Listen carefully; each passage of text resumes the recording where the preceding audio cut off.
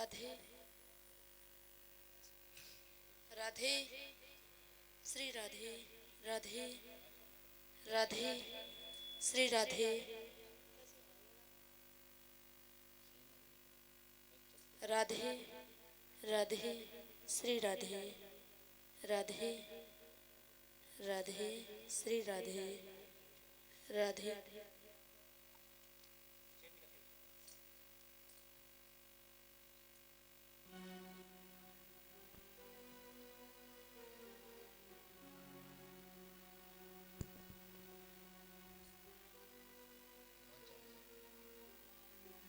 हले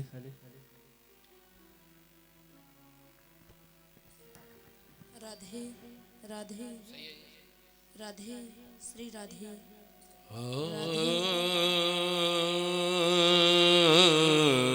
राधे राधे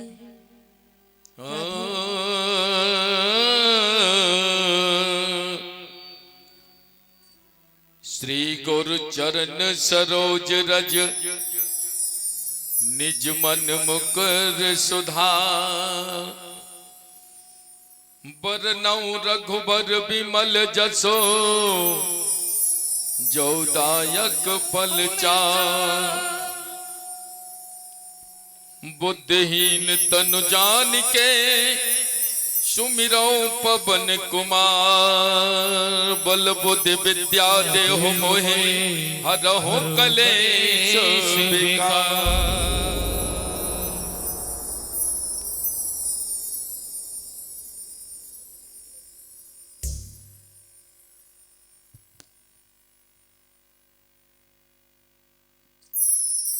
बोले पिंजरे का तोता राम रे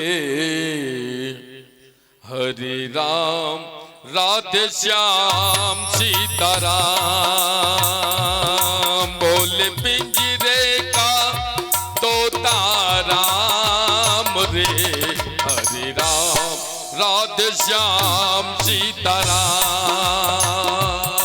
बोले पिंजरे का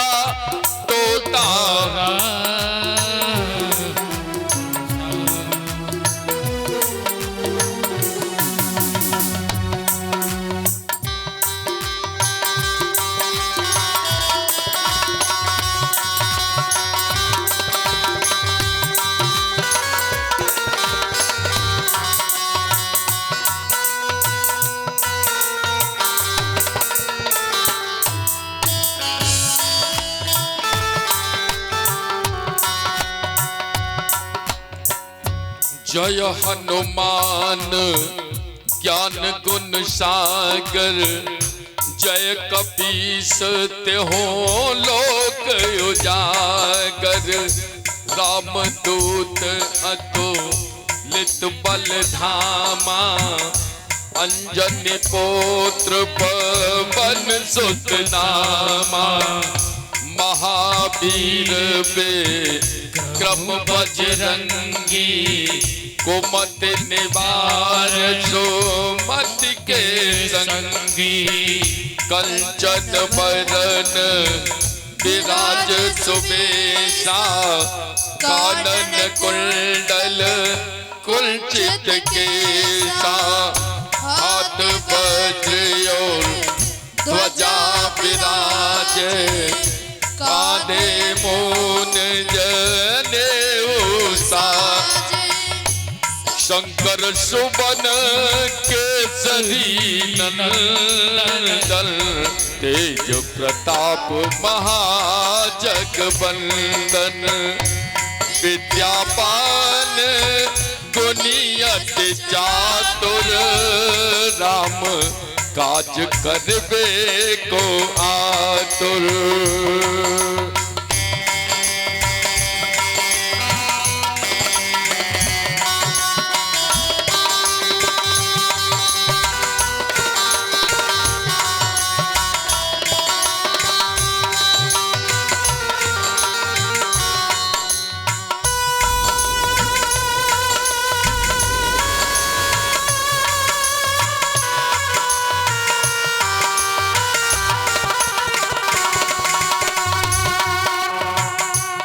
प्रभु चरित्र सुनी देखो रसिया, राम लखन सीता मन बसिया। सूझ रूप धर सिया ये दिखावा, विकट रूप धरे लंक जरावा। भीम रूप धरे असुर सहारे, रामचंद्र के काज सवारे। लाए सजीवन लखन जियाए, श्री रघुवीर हरष उर लाए। रघुपति कीन्ही बहुत बड़ाई, तुम मम प्रिय भरत सब भाई। सहज बदन तुमरो यश गावे, यश गए श्रीपद कंठ लगावे। सनकादिक ब्रह्मादि मुनीसा नारद सारद सहित, जब कुबेर दिगपाल जहाँ थे, कभी कोविद कह सके कहाँ थे। तुम उपकार सुग्रीव कीना, राम मिलाए राजपद। तुमरो मंत्र विभीषण माना, लंकेश्वर भय सब जग। जुग सहस्त्र जो जन पर भानु, लील्योताय मधुर बल जानू। प्रभु मुद्रिका मेल मुखमाई, जल दिलांग गए तरज लाई। दुर्गम काज जगत के जेते, सुगमय अनुग्रह तुम।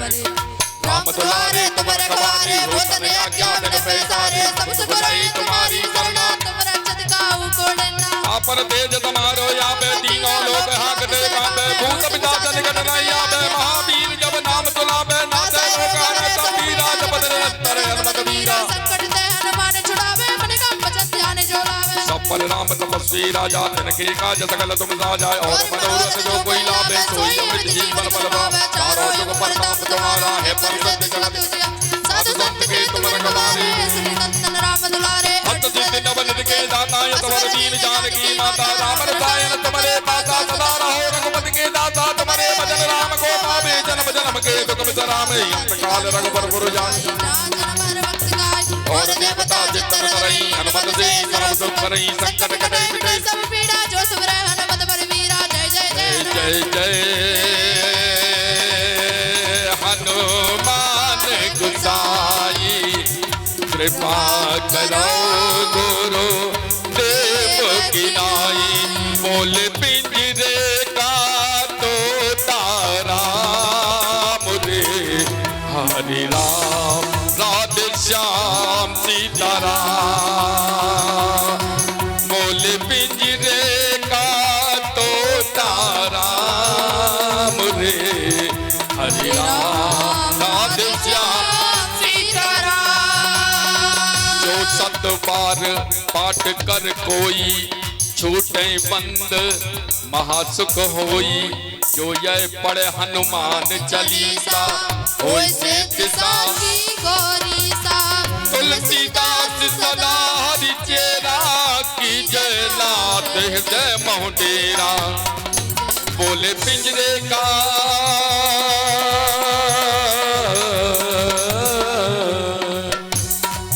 बोले पिंजरे का तोता राम रे, हरे राम राधे श्याम सीताराम। हरे राम राधे श्याम सीताराम। हरे राम राधे श्याम सीताराम। पवन तनय संकट हरन, मंगल मूरत रूप। राम लखन सीता सहित, हृदय बसो सुरभू। पवन सुत हनुमान की जय। बोलिए सियापत रामचंद्र की जय। जय गणेश देवा, माता जाकी पार्वती, पिता महादेवा। जय गणेश जय गणेश, जय गणेश देवा। माता जाकी पार्वती, पिता महादेवा। एक दंत दयावंत, चार भुजधारी। माथे पे सिंदूर सोहे, मूस की सवारी। माथे पे सिंदूर सोहे, मूस की सवारी। अंधर को आँख देते, कोढ़न को काया, बाजन को पुत्र देते, निर्धन को माया। जय गणेश जय गणेश जय गणेश देवा। माता जाकी पार्वती पिता महादेवा। हार चढ़े फूल चढ़े और चढ़े मेवा। हार चढ़े फूल चढ़े और चढ़े मेवा। लड्डन को भोग लागे सत्य कर सेवा। लड्डन को भोग लागे सत्य कर सेवा। दीनन की लाज राखो सब सुत बारी। कामना को पूर्ण करो जग बलिहारी। सूर्य श्याम शरण आए सफल कीज सेवा। जय गणेश जय गणेश जय गणेश देवा। माता जाकी पार्वती पिता महादेवा। माता जाकी पार्वती पिता महादेवा। जय गणेश जय गणेश जय गणेश देवा। माता जाकी पार्वती पिता महादेवा। जय गणेश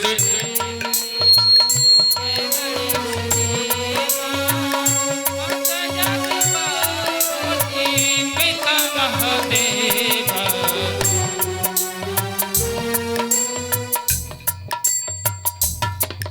बोलिए गणेश महाराज की जय।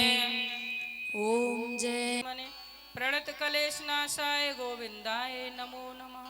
गुरुरे ब्रह्मा गुरुरे विष्णु गुरुरे देवो महेश्वरः। गुरु साक्षात् परब्रह्म तस्मै श्री गुरुवे नमः। बोले साचे दरबार की जय। गोविंद भगवान की जय। शंकर भगवान की जय। सौराष्ट्रे सोमनाथं च श्रीशैलमल्लिकार्जुनम्। उज्जैन्या महाकालम् ओंकारममलेश्वरम्। परल्या वेदनाथं च डाकिन्या भीमशङ्करम्।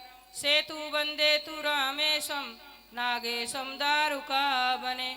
वाराणस्या तु विश्वेशं त्र्यम्बकं गौतमी तटे।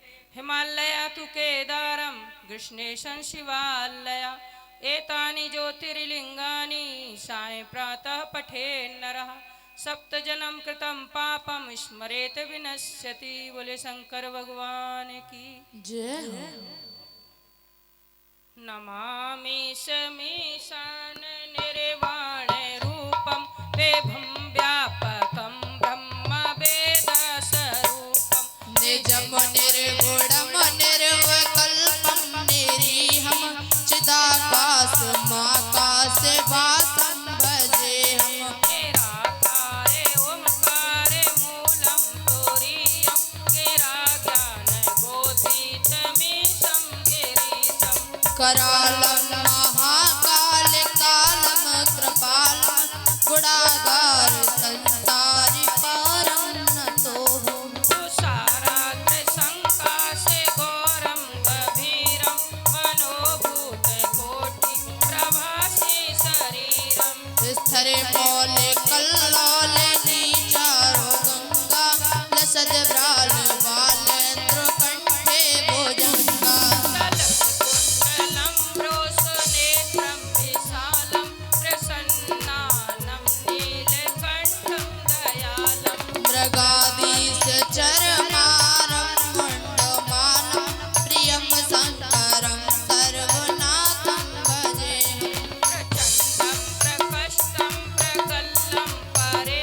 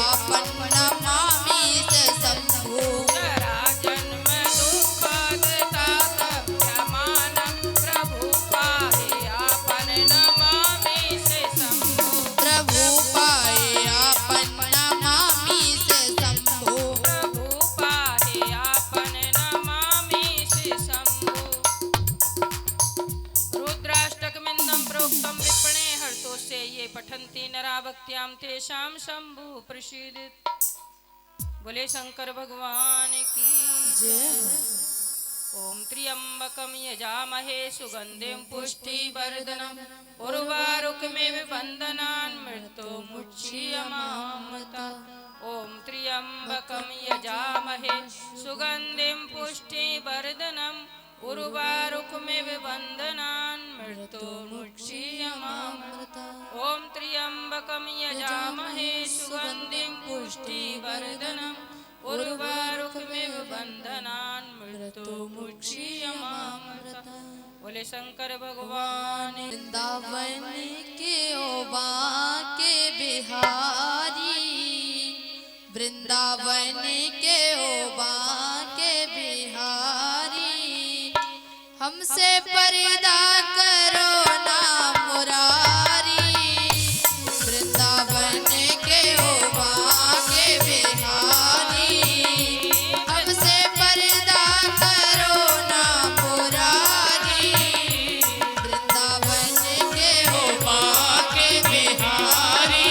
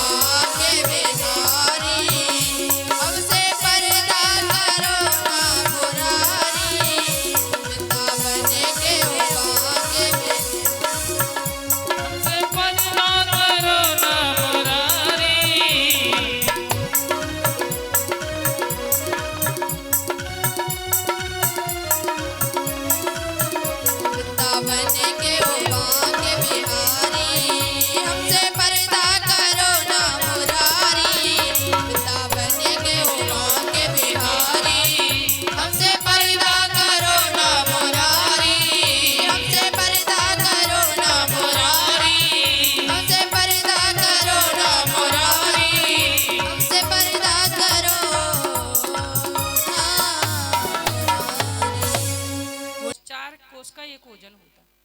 तो 2 कोस की दूरी पे एक सरता और भगवान भोलेनाथ जरूर होंगे किसी भी रूप में, काल भैरव, इस तरह से मतलब बहुत सारे भोले बाबा के नाम है, सहस्त्र नाम है।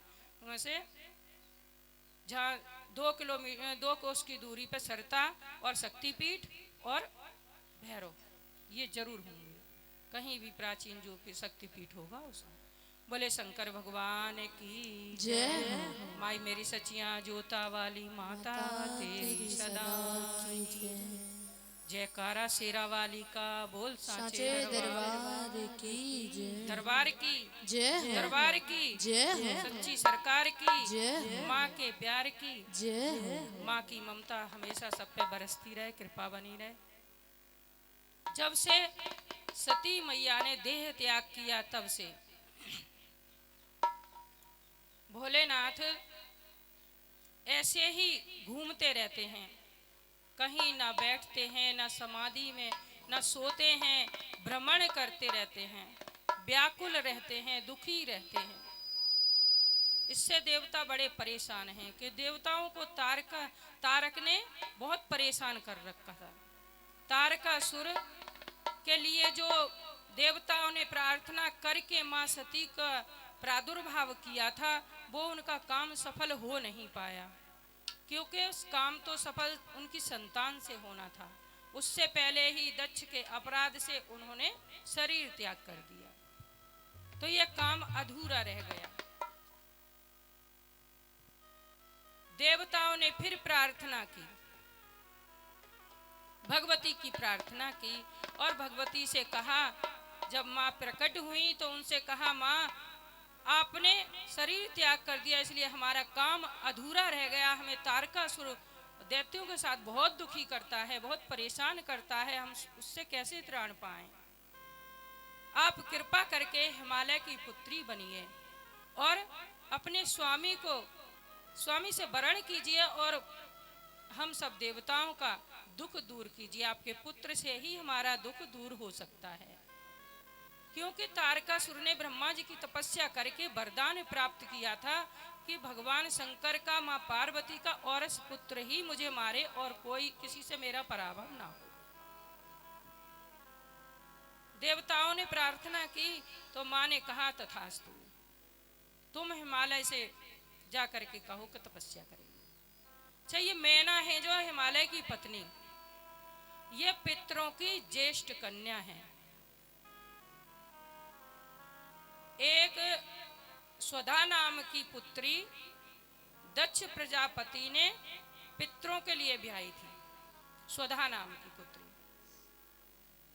और उनकी कन्या है, 3 कन्या हुई उनकी, मैना, धन्या और कलावती। ये तीनों अयोनिजा हैं। मैना सबसे बड़ी है और धन्या मध्यमा है और कनिष्ठिका है कलावती। मैना का ज्यादा प्रचार है, ज्यादा प्रचलित हुई।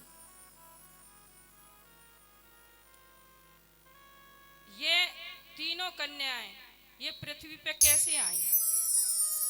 एक बार ये श्वेत द्वीप में भगवान विष्णु से मिलने के लिए चली गई। भगवान विष्णु के दर्शनार्थ श्वेत द्वीप यानी बैकुंठ में चली गई। वहां जाकर के इन्होंने भगवान को प्रणाम किया और आज्ञा लेकर के आसन ग्रहण किया, आसन पर विराजमान हुई। वहां बहुत सारे देवता, ऋषि, मुनि, यक्ष, गंधर्व सब आए हुए थे। उस समय सभा लगी हुई थी। कुछ काल पीछे वहां सनकादि का आगमन हुआ। सनकादि मुनि पधारे, सनक, सनंदन, सनातन और सनंत कुमार, ये सनकादि मुनि वहां आए। इनको देख करके जो ऋषि, मुनि, देवता, यक्ष, गंधर्व जो भी वहां पे विराजमान थे वो सब उठ करके उनके स्वागत के लिए खड़े हो गए। यहाँ तक कि भगवान विष्णु ने भी उनको प्रणाम किया। लेकिन ये तीनों की तीनों किसी चर्चा में लगी हुई थी, आपस की बातों में। तभी कहते हैं सत्संग जहाँ हो रहा हो, जहाँ संत विराजमान हो, वहाँ घर गृहस्थ की बातें नहीं करनी चाहिए। चाहे बैठ के अपना भगवान का नाम लेते रहो, लेकिन घर गृहस्थी आलतू फालतू की बातें नहीं होनी चाहिए। इन्होंने उनको प्रणाम नहीं किया, उठी भी नहीं और बैठे बैठे भी मस्तक नहीं झुकाया। आपस की चर्चा में तीनों बहनें लगी रही। सनकादि मुनि को क्रोध आया और उन्होंने कहा कि तुम देव पूज्या होकर के, तुम स्वर्ग में रहने वाली हो करके, पितृ कन्या हो करके और तीनों लोकों में तुम समर्थ हो करके भी पूज्य का आदर नहीं करती हो, तुम मृत्यु लोक में चली जाओ। तुम ऐसे बैठी हो जैसे मृत्यु लोक में स्त्रियां आपस में बातें करती रहती हैं, तुम पूज्य का सम्मान नहीं करती। साप दे दिया। वो उठ करके कहने लगी, प्रभु हमसे प्रमाद हुआ, हमसे गलती हुई, भूल हुई। आप तो दयालु हैं, हम पे कृपा कीजिए, हमारा अपराध क्षमा कर दीजिए। क्षमा मांगने लगी। सनकादि मुनि ने कहा कि हमारा जो साप है वो मिथ्या नहीं हो सकता, लेकिन तुम्हारी स्तुति से हम बड़े प्रसन्न हैं। तो तुम्हें मृत्यु लोक में तो जाना पड़ेगा, लेकिन वहां भी तुम पूज्य रहोगी, तुम्हारी कीर्ति होगी। ये बड़ी जो मैना है, ये हिमालय की पत्नी बनेंगी मेनका, और इनकी पुत्री साक्षात महाशक्ति इनकी पुत्री बनकर के इनको धन्य करेंगी, और ये फिर अंत में शिवलोक को जाएंगी।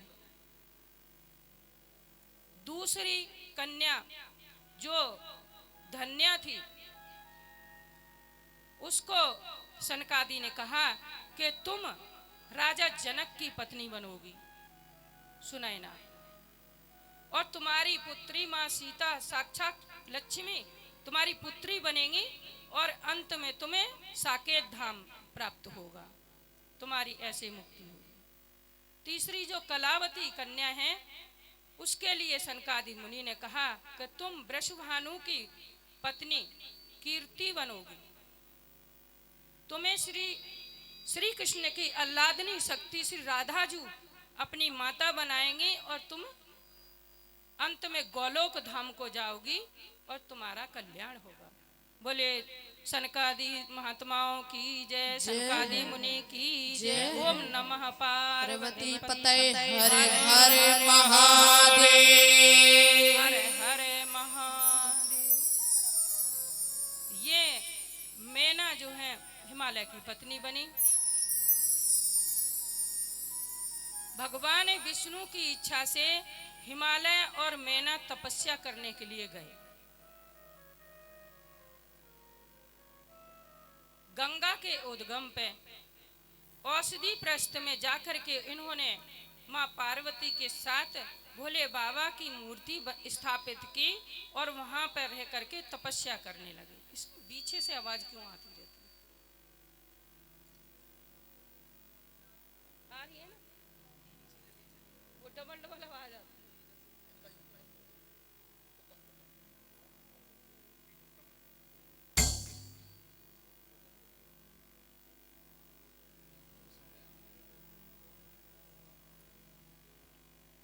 बोले शंकर भगवान की जय। ओम नमः पार्वती पते हर हर महादेव। ये तपस्या कर रहे हैं दोनों प्राणी गंगा के उद्गम पे। औषधि प्रस्थ में जाकर के खूब तपस्या करते हैं, निराहार रहते हैं, कभी जल पी लेते हैं और दिन और रात तपस्या में लगे रहते हैं। इन्होंने 27 वर्ष तक तपस्या की।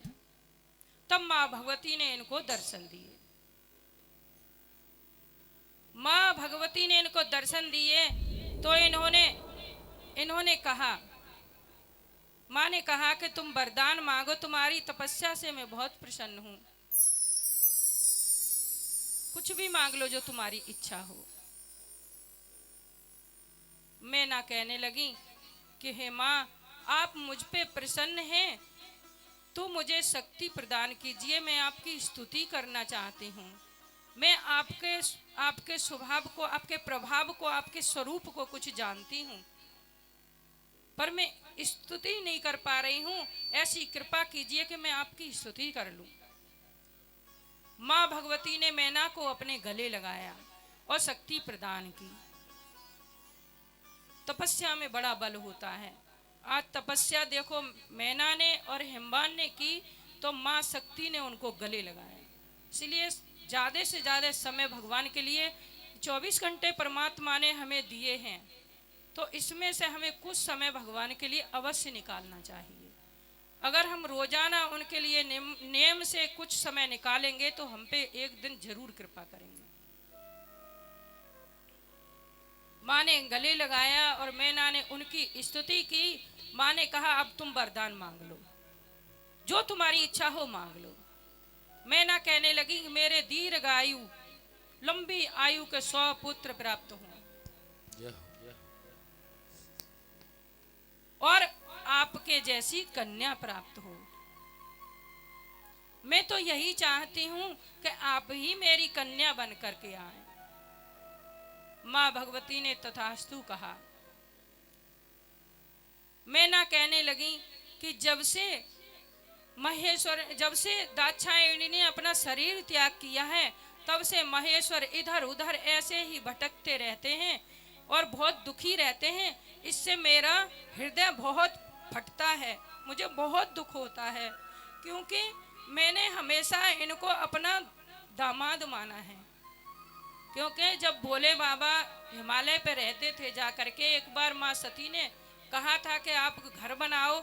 सब घर बनाते हैं इस मौसम में, बरसात के में, और आप ऐसे ही रहते हो इस पेड़ के नीचे, कभी उस पेड़ के नीचे। भोले बाबा ने जब पूछा था कि कहो कहाँ बनाए, वाराणसी में, उज्जैन में, हिमालय पे, कहो तो सुमेरु पर रहे, वहाँ मेघ नहीं जाते हैं। तो उस समय सती मैया ने हिमालय पर रहना पसंद किया था। तो भोलेनाथ और माँ सती वहाँ पर रहते थे हिमालय पे ही। हिमालय ने एक मकान का, एक बहुत सुंदर भवन का रूप ले लिया था और वहीं वो रहते थे। तो उस समय हिमालय और हिमालय की पत्नी माँ सती की और भोले बाबा की ऐसे सेवा करती थी जैसे उनके खुद के बेटी दामाद हों। तो वही कह रही हैं कि जब वो ऐसे इधर उधर घूमते हैं, दुखी रहते हैं, तो मेरा हृदय बहुत फटता है।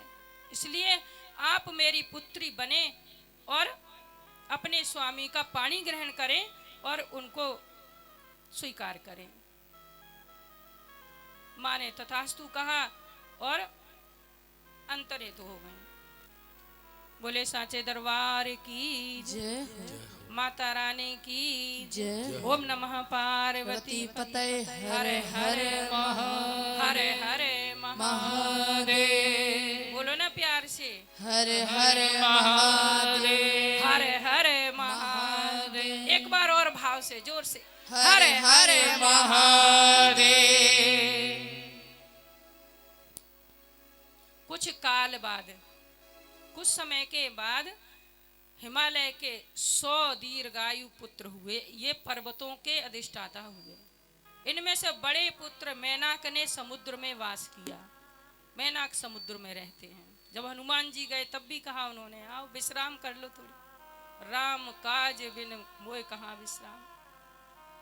हनुमान जी हाथ से स्पर्श करके चले गए थे लंका। तो ये मैनाक माँ पार्वती के ही भाई हैं।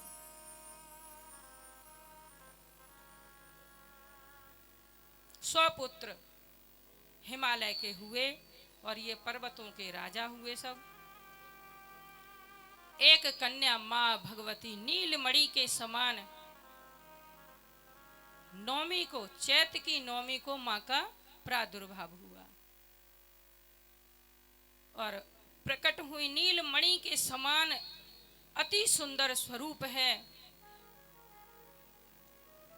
प्रकट हुई। माँ ने कहा, मैना ने कहा कि आप इस रूप में, चतुर्भुज रूप में प्रकट हुई हैं, आप छोटी सी शिशु बन जाइए। इस रूप में आपको बेटी कैसे मान सकती हूँ, आप तो जगत धात्री हैं। माँ ने छोटा सा रूप लिया, नीलमणि के समान अति सुंदर कन्या गोद में रोने लगी। माँ का जन्म हुआ है। आप अपने घर में कन्या होती तो क्या बजाते हैं? यहाँ ताली बजा दो, बजाते हैं कि नहीं? इतनी सुंदर स्वरूप है। आज हिमालय औषधियों के, मणियों के राजा बन गए। जय हो।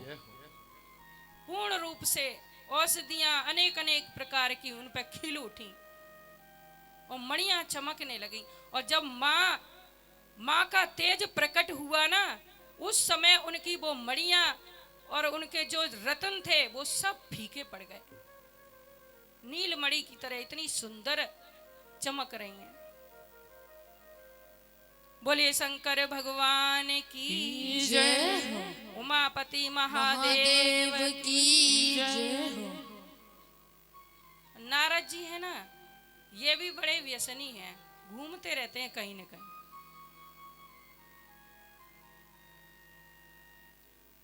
देवता लोग बड़े दुखी हैं, वो सोचते हैं जल्दी से जल्दी महादेव का विवाह हो जाए तो उनके पुत्र पैदा हो और हमें इस तारकासुर से छुट्टी मिले। ये तारकासुर बहुत ज्यादा दुखी करता है, सब राजपाट छीन लिया, इंद्र की सूर्य का ऐरावत छीन लिया, वरुण का छत्र छीन लिया, इंद्र की माँ के कुंडल वगैरह ये जो कुछ था उनके पास सब इंद्र को भगाई दिया स्वर्ग से, खुद अधिकार जमा लिया, तीनों लोग अपने कब्जे में कर लिए।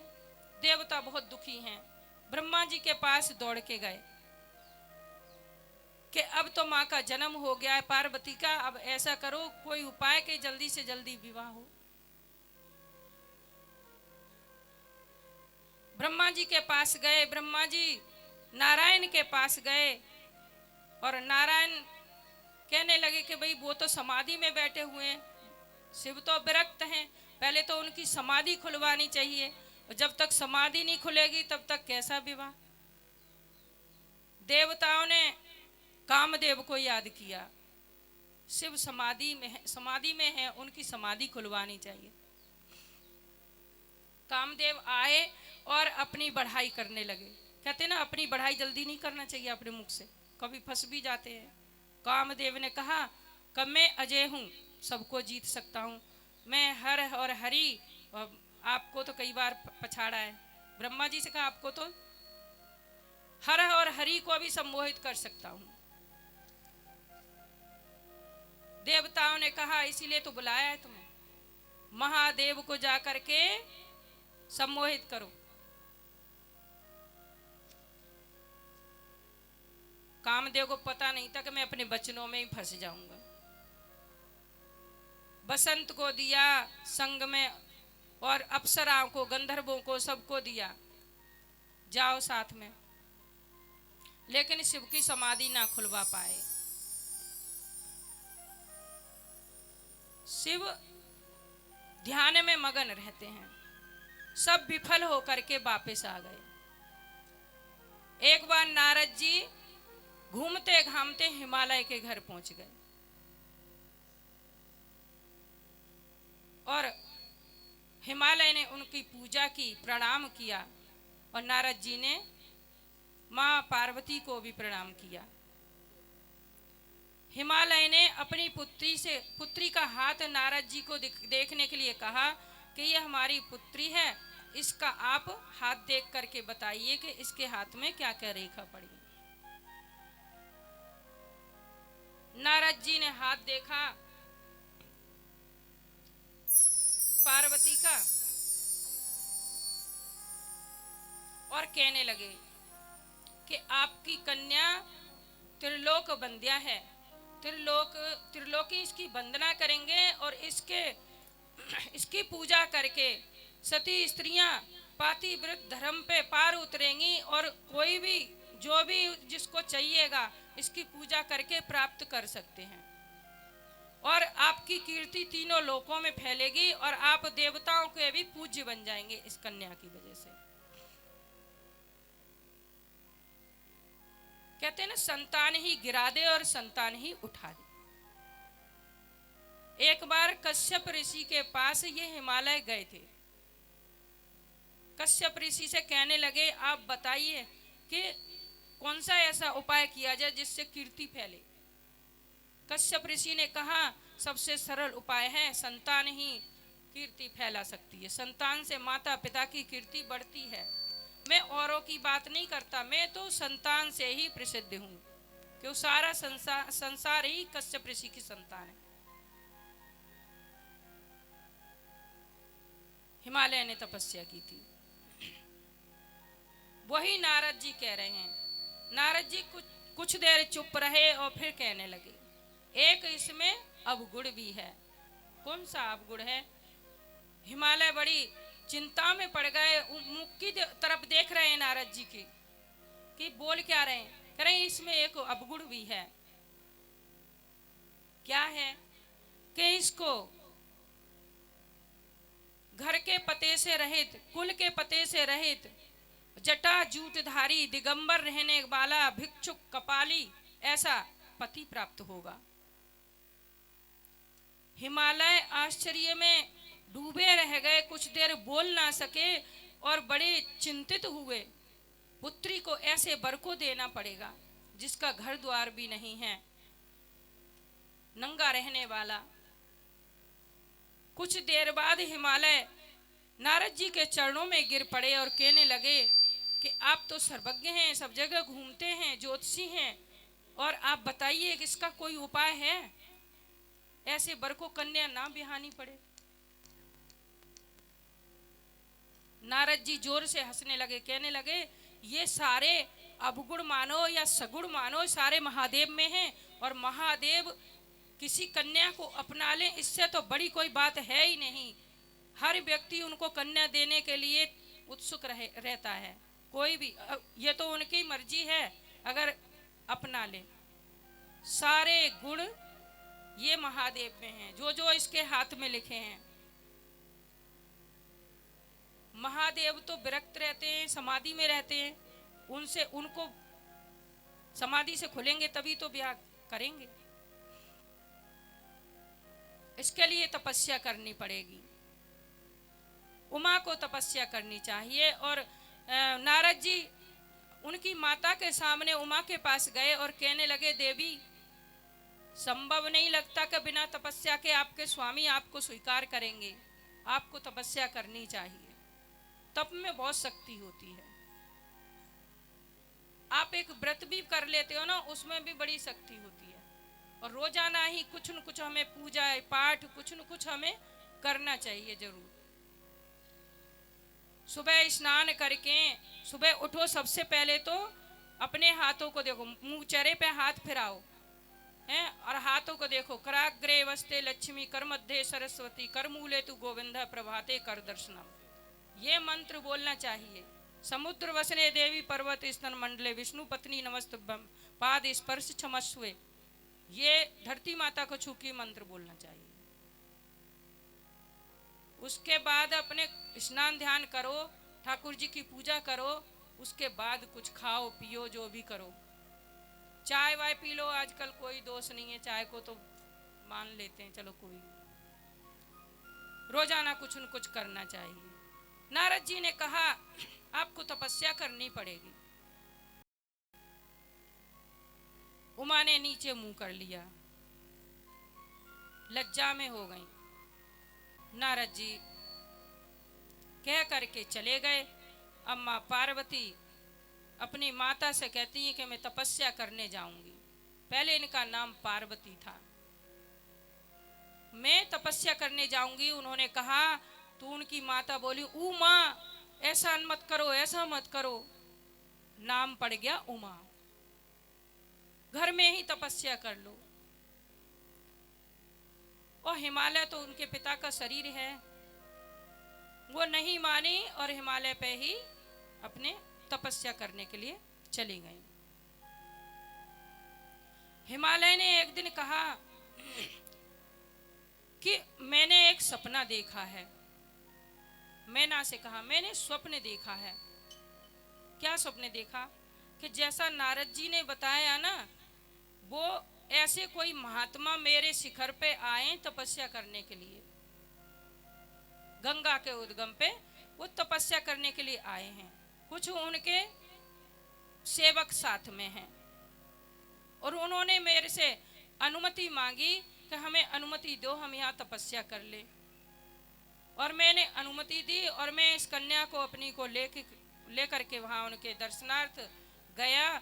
तो मैंने उनसे प्रार्थना की कि मुझे सेवा का मौका दे, सेवा के लिए आज्ञा दे, और मेरी इस कन्या को भी।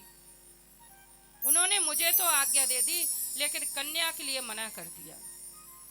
फिर पता नहीं इससे क्या शास्त्रार्थ बातें हुई और उन्होंने फिर इसको बुला लिया। ये सपना सुना रहे थे हिमालय अपनी पत्नी को, और कुछ दिन बाद ऐसा हुआ कि भगवान शंकर अपने कुछ गढ़ों को लेकर के हिमालय पर पहुंच गए। तभी मैना और हिम्बान उनकी सेवा में गए और महादेव ने कहा कि आप तो सबको आश्रय देते हो, हमें भी आश्रय दो, हम भी यहाँ तपस्या करने के लिए आए हैं। हिमालय ने हाथ जोड़ के स्तुति की, प्रार्थना की कि प्रभु ये तो आपका उपकार है हमारे ऊपर, आप तपस्या कीजिए यहाँ, कि हम निर्विघ्न तपस्या करना चाहते हैं, एकांत चाहते हैं, यहाँ कोई आए नहीं। महादेव ने कहा कि यहाँ कोई ना आए, अपने अनुचरों को रोक लेना। हिमालय ने कहा कि आप निर्विघ्न बिल्कुल निश्चिंत होकर के तपस्या करिए, और सबको आदेश दे दिया गंगा के उद्गम पे कोई नहीं जाएगा। वहां एक तपस्वी तपस्या कर रहे हैं। महादेव तपस्या करने लग गए। हिमालय ने कहा हाथ जोड़ करके कि प्रभु आप एक हमें आज्ञा दीजिए कि हम रोजाना आपके दर्शनार्थ आते रहें और आपकी सेवा करते रहें, और मेरी ये कन्या है इसको भी आज्ञा दीजिए। महादेव ने कहा आप मेरे दर्शनार्थ आ सकते हैं, लेकिन अपनी कन्या को घर में ही रखिए। एक दृष्टि मां के ऊपर डाली, सौंदर्यमयी इतनी सुंदर स्वरूप, और भगवान भोलेनाथ ने नेत्र बंद कर लिए और कहा अपनी कन्या को अपने घर में रखना, आप आ सकते हो। हिमालय ने कहा मेरी कन्या आपकी सेवा की योग्य नहीं है क्या, आप नेत्र तो खोलिए। महादेव ने नेत्र खोले और कहा आपकी कन्या चंद्रानना है, सुंदर है, पर जो वीतराग हैं जिनको तपस्या करनी है उन्हें स्त्री से क्या क्या काम है, उनको नहीं आना चाहिए, घर में रखना। हिमालय बड़े उदास हो गए, चिंतित हो गए। तभी मां पार्वती अपने मुख से कहने लगी आप तप शक्ति युक्त हैं, ये तो ठीक है, तप करते हैं या नहीं करते ये तो पता नहीं, लेकिन सब कर्मों की शक्ति तो प्रकृति ही है, सब कर्मों का फल तो प्रकृति ही देती है, और आप भी प्रकृति को त्याग करके लिंग रूप शिव महेश्वर कैसे हो सकते हैं। महादेव ने कहा कि मैं अपने तप से प्रकृति को नष्ट करके और अकेला रह सकता हूं। माता पार्वती कहने लगी आपकी वाणी का प्रकृति नहीं है, जो बोल रहे वो भी तो प्रकृति है। आज महादेव जब से सती मैया शरीर त्याग करके गई हैं, तब से आज उनके चेहरे पर मुस्कुराहट आई, हंसने लगे, कहने लगे तुम तो सुवासिनी हो गिरजे, तुम तो शास्त्र भाषण करती हो। माँ ने कहा कि तुम्हें प्रकृति जब तुम अकेले रह सकते हो, प्रकृति से अलग रह सकते हो, तो तुम्हें मुझसे भय क्यों है। भोलेनाथ ने कहा तुम्हारी ये कन्या मेरी सेवा में आ सकती है। और पहली बार महादेव हंसे सती मैया के बाद में नंदीश्वर ने देखा कि आज पहली बार हंसे हैं, और गिरजा मैया भी हंसने लगी और आज्ञा मिल गई सेवा करने की। बोले ओम नमः पार्वती पते हर हरे महादेव, हरे हरे महादेव, हरे हरे महादेव। अब सेवा करने के लिए तैयार हो गई माँ। भाव क्या है, मैं दासी बन जाऊं गंगाधर डमरू बाले की, मैं दासी बन जाऊं गंगाधर डमरू वाले की, मैं दासी गाधर डमरू वाले की, मैं दासी बन जाऊं गंगाधर डमरू वाले की, मैं दासी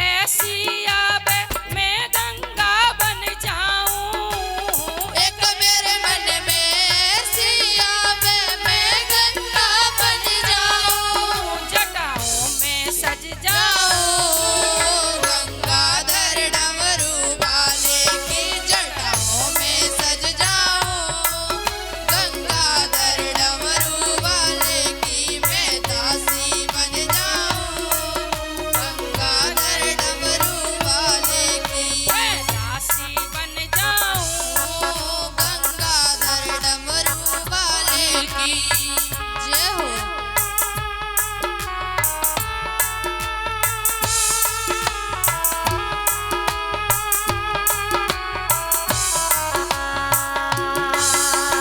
एक मेरे मन में ऐसी आब मैं चंदा बन जाऊं। एक मेरे मन में ऐसी आवे मैं चंदा बन जाऊं। माथे पे सज जाऊं। ओ गंगाधर डमरू वाले के माथे पे सज जाऊं। गंगाधर डमरू वाले की मैं दासी बन जाऊं। गंगाधर डमरू वाले की मैं दासी बन जाऊं। गंगाधर डमरू वाले की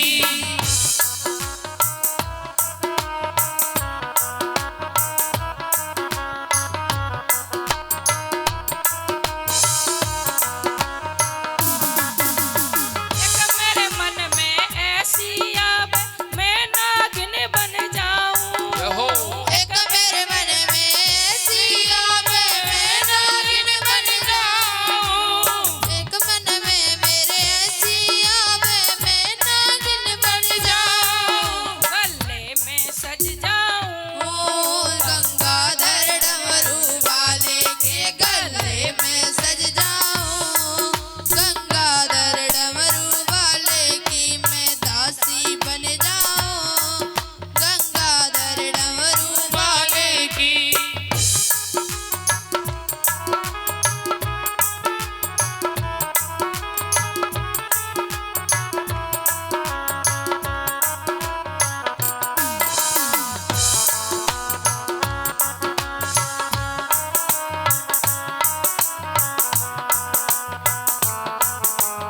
एक मेरे मन में ऐसी आब मुंडमाला बन जाऊं। एक मेरे मन में ऐसी आवे मुंडमाला बन जाऊं। सीने से लिपट जाऊं। ओ गंगाधर डमरू वाले के सीने से लिपट जाऊं। गंगाधर डमरू वाले की मैं दासी बन जाऊं। गंगाधर डमरू वाले की मैं दासी बन जाऊं। गंगाधर डमरू वाले की